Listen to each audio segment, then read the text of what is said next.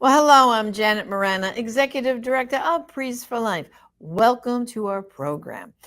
Well, some people might be saying, like, oh, election day. Oh, there's an election. Oh, in my state. Oh, it's kind of like an off election year. Well, brothers and sisters, there is never an off election year.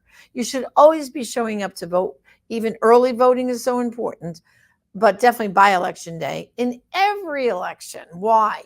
Because sometimes these smaller offices, um, county this person, county that person, your state legislators, the list goes on and on. They affect the policies of your community. And guess what? Sometimes they move up the ladder. Like, let's not forget, President Obama was started as a community organizer. So, right now, we're going to pay attention to two states in particular where we have an opportunity to make big advances for the pro life issue. But if we don't succeed, the pro aborts are going to do heavy damage for the unborn babies. So, the first state we're going to take a look at, we're going to look at two tonight. We're going to look at Virginia and Ohio. But first, we're going to take a look at Virginia. And joining with me is an expert, Virginia Cobb, and she is the president of the Family Foundation of Virginia, and it's the largest and oldest pro-family advocacy organization in the state. And she's going to tell us what's the condition there and what we need to do to act quickly. So, Virginia, welcome. I can do it again. Virginia, it's Victoria. Victoria, welcome to the program. Victoria from Virginia. Okay, go for it. Thanks for having me. Why should we be screaming, "Wake up, Virginians! Get out and vote pro-life"? Tell us the whole landscape.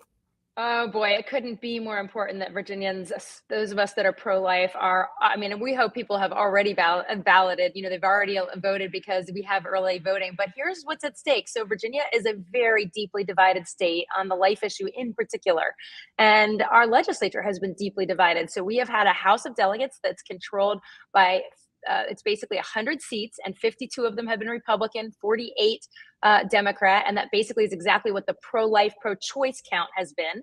But on our Senate side, it's been reversed. So we've had 22 pro-abortion senators and 18 out of 40 pro-life senators. And so this has been this divided legislature. We have a pro-life governor ready to take action should he get a bill on his desk. But it's a question of whether we can get a bill to his desk. And so last legislative session, we saw block after block by the pro-abortion Senate. And if pro-lifers want to see something move, we're going to have to make a difference this year in this election. Virginia's a little bit different. Most states don't have a state legislative race this year, but all of our seats are up for grabs, and it really is make or break. And just to give a little more context of why Virginia is so important, if you look at the landscape after Dobbs, after we've been able to overturn Roe, Virginia is the last state in the South that really has not been able to make any advancements on the issue of life because we've had this divided legislature. So we're kind of the pro-abortion holdout. So we still have terrible laws around the life issue. You can have an abortion into the very, very late term in Virginia. And that's because we weren't able to make any ground, even though it's back at the threshold of the states.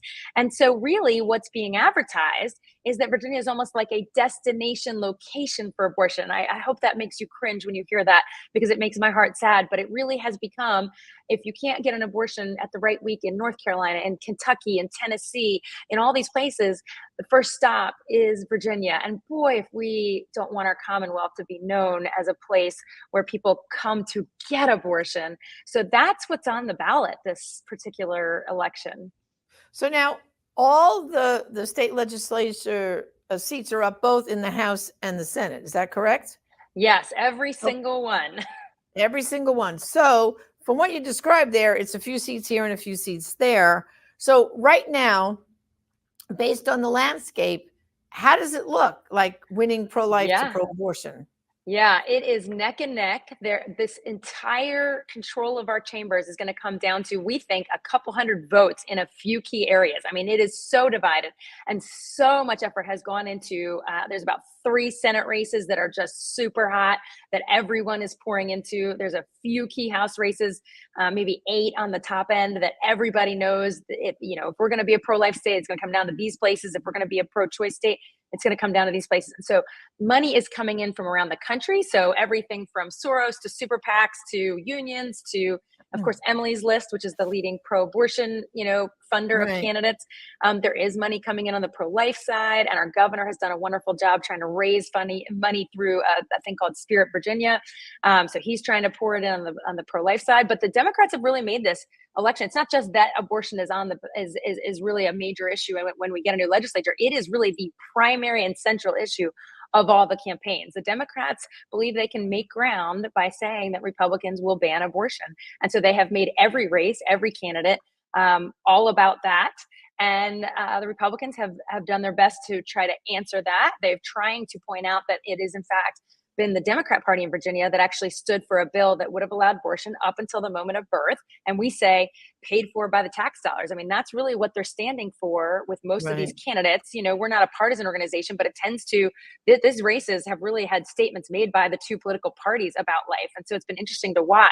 So a lot of the country is now going to look at Virginia, look at these races and go, okay, this was a battle over abortion.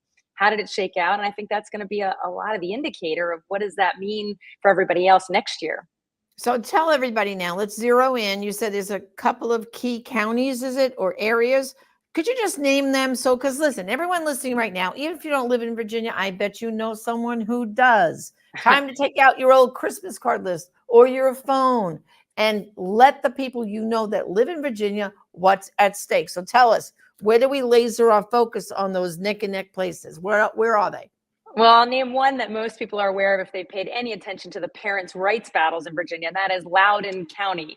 That's kind of been the epicenter of sort of other battles not related to life, but very important to people. And there's a part of Loudoun County that is almost the most central Senate seat that has to be won by a pro-life candidate in order to win the state Senate. And so that is really where it's actually that particular seat. It's been like an $11 million funded campaign. I mean, these races, the amount of money pouring in, the amount of door knocking happening, that seat is kind of like number one target for both sides. So that's one. The Fredericksburg area is a pretty major city in Virginia. The Fredericksburg area is another one. And again, these are places that used to be more reliably conservative, more reliably pro-life. The DC liberal bleed just kind of keeps coming out from the city and further and further.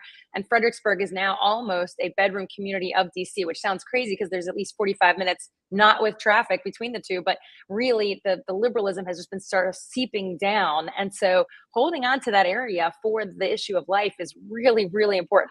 So that's another key area. And then the suburban Richmond area is big, and Virginia Beach. It's these cities right outside of them.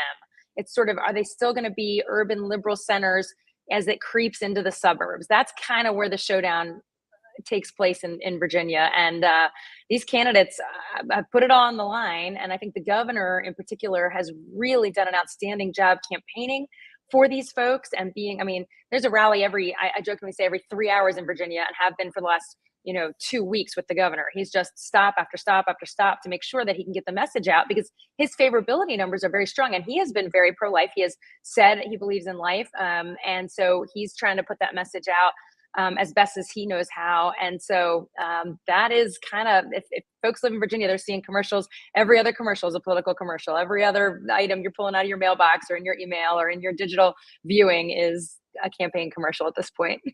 Okay. So now people here, they could be voting right now, early voting. Yep. But some people don't know how, like on election day, they know where their polling place is, but they don't know where to go for early voting.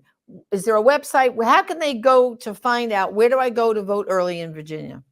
Yeah, there's absolutely, our Department of Elections website is fantastic. The Family Foundation, if you go to familyfoundation.org, you can actually get your voter guide, which is really important. Just kind of go, where do the candidates stand on life? So you can find out where to do it through the election board. You can get your guide on sometimes we just don't know how to cut through the campaign clutter. Who's telling the truth? What's actually been their record on life?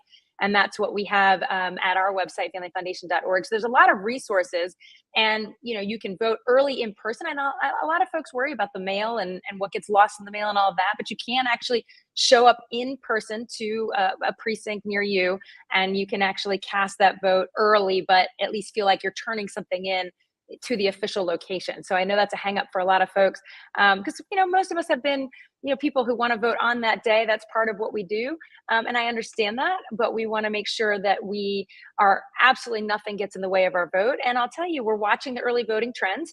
They look pretty good for pro-life candidates. The early voting, absentee voting numbers start coming in, so we can't tell how you voted, but we can kind of look and say, are the kinds of people we've been targeting that we believe are pro-life, are they going ahead and doing their thing? And that actually is an encouraging number right now in some of these key areas, but it is absolutely neck and neck. And even today, you'll see articles, the ACLU dumping in another $1 million at this last second. It feels like the two parties, if you want to look at in party politics, because that's usually how the articles run, it kind of looks like they were pretty much on parity with the funding up until October. And that's actually pretty good. Republicans usually lag pretty far behind.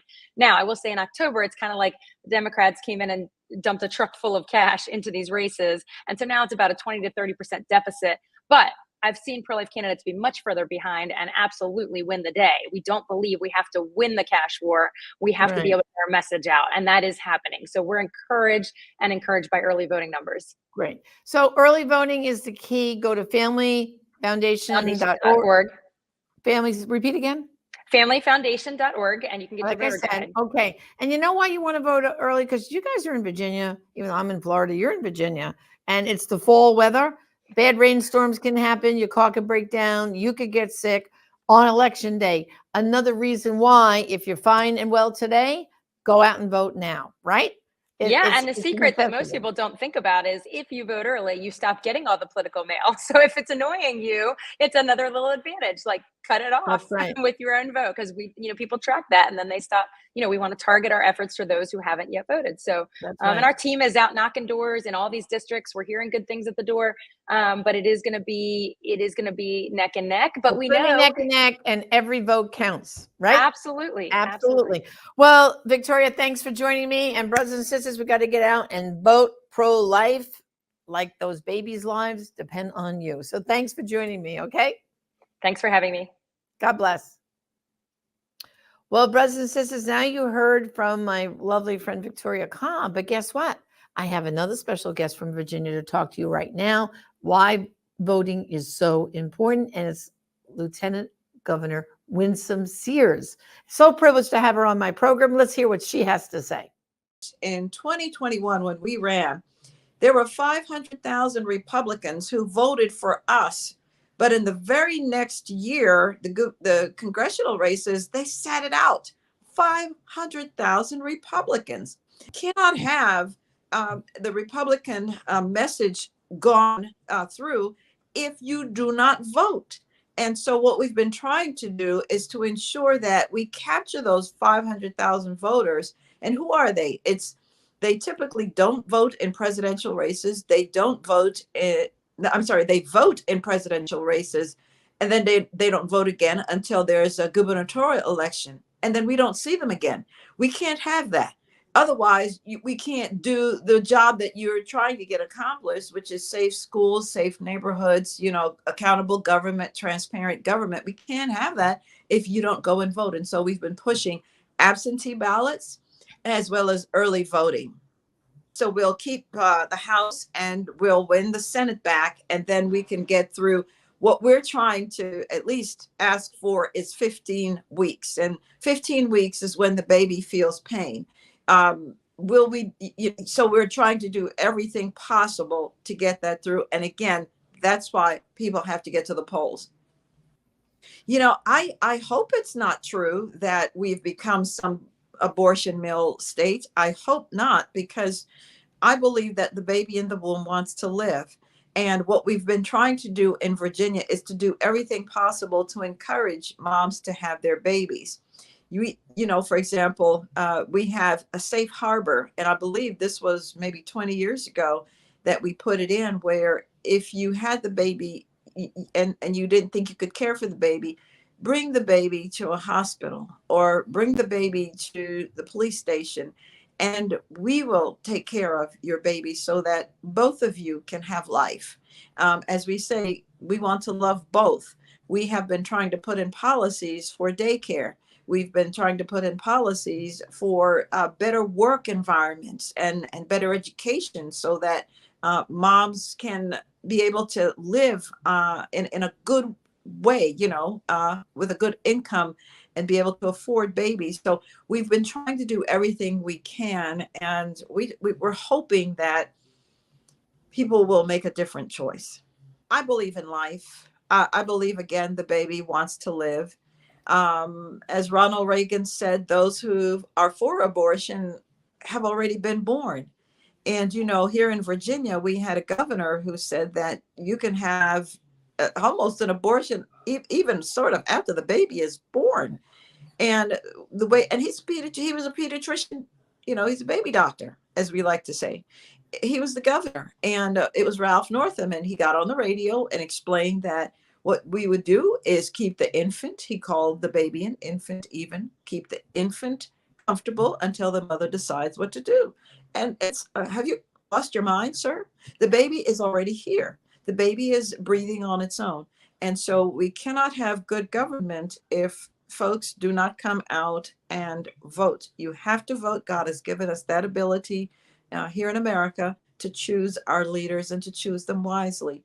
And remember, when all is said and done, all of us will have to give an account one day of our actions. Thank you, and God bless all of you. Vote. Wow. Okay, Virginians, you can get it done. I'm counting on you. Well, now we're going to take a little break. I'm going to show you a commercial. We're going to switch gears up to our friends in Ohio. And let's take a look at this new commercial, pro-life commercial, that's airing up in Ohio. 911, where's your emergency? My daughter! I think she's dead! These are women killed by abortion. Mothers, daughters, wives. As long as abortion remains legal, it must be regulated. But the pro-choice industry is pushing a dangerous agenda in Ohio. Issue 1 abolishes laws that protect women's lives during an abortion. Do you care about women's health? Then vote no on unregulated abortion. Vote no on Issue 1. This is a true story. A 10-year-old Ohio girl, raped, pregnant, driven away for an abortion. A cruel tragedy. But if Issue 1 passes, it could have been her rapist behind the wheel, not her mother. Issue 1 erases important parental notification laws. A sexual abuser could drive your daughter to an abortion, and you'd be left in the dark. Vote no on 1. Protect our daughters, not predators. Vote no on Issue 1. Well, brothers and sisters, that's a great commercial, and you could be using it. You can refer to it. This will be on our YouTube channel. Pass it around social media. Send it to all your friends. And every person that you know in Ohio, we have to get out and vote no on Issue 1. Now, Issue 1 is a constitutional amendment. It wipes away all the good pro-life laws they already have in Ohio, which means it takes the good laws that the elected representatives of Ohio have passed and the governor has signed. So they have a heartbeat law. They have parental notification laws. They have a waiting period laws. This amendment, this Issue 1, will make it all go away and allow abortion until birth. It takes away parental rights. And guess what? A child can go and have transgender, begin taking the drugs and eventually surgery without their parents' permission. So this is a lot's at stake. I'm counting on you to go out. Everybody, you must know somebody in Ohio. Please call them. They also, too, have early voting. It has already begun. Vote today. Vote now. As if your life depended on it, because guess what? The lives of the unborn children depend on it and their mothers. And guess what? Your children and your grandchildren in Ohio, their well-being also depends on it. So again, go out today and vote no on Issue 1. Well, thank you for joining me this evening. I hope I got everyone stirred up. Virginia, Ohio, and even whatever state you're in. Voting every election is key. That's how we keep the liberals and the pro-aborts out. Again, thank you for joining me on my program. And remember, brothers and sisters, it's all up to you. There are some abortions only you're going to be able to stop, and some lives only you can save. Join me again next time. Thank you, and God bless.